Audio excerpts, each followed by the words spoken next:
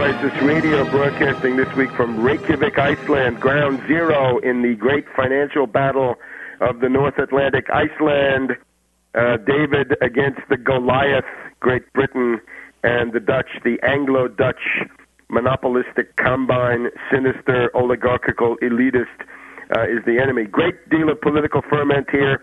We had 3 months of mass strike developments. We had assemblies at the parliament and the banks basically every week, hundreds and thousands of people taking part, high degree of political awareness, right? It is a good example of how the Depression wakes people up politically. Anyway, the crisis of the Icelandic crown in 06 and 07 then turned into the world banking crisis of 07 to 08, Northern Rock, Royal Bank of Scotland, Lloyds Bank, all of these blowing up, and Iceland then getting sucked into the maelstrom of the British crisis because of the harebrained scheming of Gordon Brown. Now, at the height of the crisis, there was a panic run on these Icelandic banks, possibly because the British banks were all in the process of failing.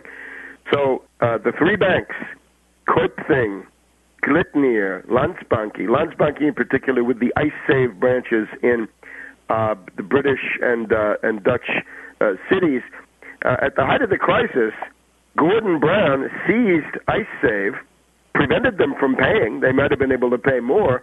And he then said, I am going to say that we're going to pay £100,000 for everybody who had one of these accounts, even though the general level in the European Union is about £20,000, I believe. Gordon Brown just decided that he would be generous with those British savers at the expense of Iceland. And then he turned around and said to Iceland, guess what? You owe me £20 billion. Now, they got him down from that. The situation then was that Gordon Brown was demanding this money, and he got the European Union and then the IMF, because the Icelanders then said, oh, my God, we're in a financial crisis. We've got to stabilize. We need an IMF loan to rebuild our reserves and stabilize their currency. They've committed the potentially fatal mistake of inviting the International Monetary Fund in. We know that once you get the IMF in, you never get them out. They have no success stories. They deal in that discredited free market Washington consensus: deregulation, privatization, union busting, no state sector, no health services, no education, more or less what's done to the United States by Obama in slightly different form. The question, therefore, right now is, can Iceland ever pay? There's an offer on the table by the Icelandic government, which I regard as also a mistake.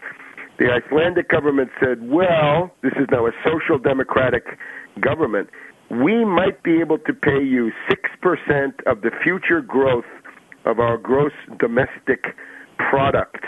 We're willing to set that aside for debt payments between 2014, I believe, and 2024 or thereabouts. This is a mistake, as we discussed last week. Peru, under Alan Garcia, 1985, made an offer which was actually more clever than what the Icelanders are talking about. That was 10% of the foreign exchange earnings, 10% of the actual dollars that you got from exports might be available for the international bankers and the IMF. That sounds plausible, but it turned out to be a fatal mistake, a terrible, tragic mistake by Alan Garcia. He needed to declare a debt moratorium. Instead, he tried to pay. The bankers treated him as a communist and a terrorist. He got all the disadvantages of a debt moratorium without any of the tremendous advantages that he could have had.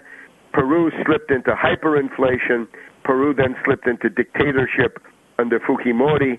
This is a bad result. So the big hope here in Iceland is that the British and the Dutch will reject the 6% of future GDP offer, and therefore they will essentially get the Icelanders out of this bind that they're now in. Because if the British and the Dutch reject a reasonable offer, then a lot of people in Iceland are going to say, we've had it, we're fed up. There are important forces in the parliament that want to get the IMF out of the Icelandic picture, and there are others who are now I think, quite interested in the concept of a debt moratorium. Remember, under globalization, over the past couple of decades, we've had 30 to 40 countries that have declared debt moratorium. Let's just remind ourselves of this list. We'll go through it. Countries that have declared debt moratorium between 1980 and 2004. Albania, quite small, quite poor. Algeria, Argentina, Bolivia, Brazil, Bulgaria, Chile, Costa Rica, Dominican Republic, Ecuador, Jordan, Mexico, Moldova, Morocco, Nigeria, Pakistan, Panama, Peru, the Philippines, Poland, Romania, Russian Federation, South Africa, Turkey, Ukraine, Uruguay, Venezuela. That's quite a list. That's a cross-section of the world. Countries big, small, left-wing, right-wing, Latin American, Eastern European, South Asian, Catholic, Muslim, nothing at all, big, little, with oil, without oil, with minerals, without minerals. It's a general tendency of all nations under this bankrupt, globalized hot money system that sooner or later a debt moratorium is essential. The big examples, of course, are Mexico in 1982 with Lopez Portillo. With that Mexican debt moratorium 1982, we could have gone towards a debtors cartel, an organization of the debtor countries to counter the extortion and blackmail of the well-organized creditors with some kind of organized resistance. The creditors are organized in the IMF, the World Bank, the Bank for International Settlements, the London Club, the Paris Club. Why shouldn't the debtors, why shouldn't the poor countries, the countries that are on the receiving end of all this, have their own united front? Maybe if Iceland goes for a debt moratorium, then they'll be joined by other countries as well. Iceland could precipitate a whole series of other countries around the world, poorer countries. For example, the countries that are active in UNCTAD. We have a call recently from the Secretary General of UNCTAD, the United Nations Conference on Trade and Development, calling for a debt moratorium for the poorest and most indebted countries. Well, Iceland has recently been considered the most developed country in the world from certain standpoints, but thanks to Gordon Brown and Balkenende, they now risk going into the category of the most indebted and indeed poor countries. So there's no shame in a debt moratorium. There's no opprobrium. My God, everybody does it.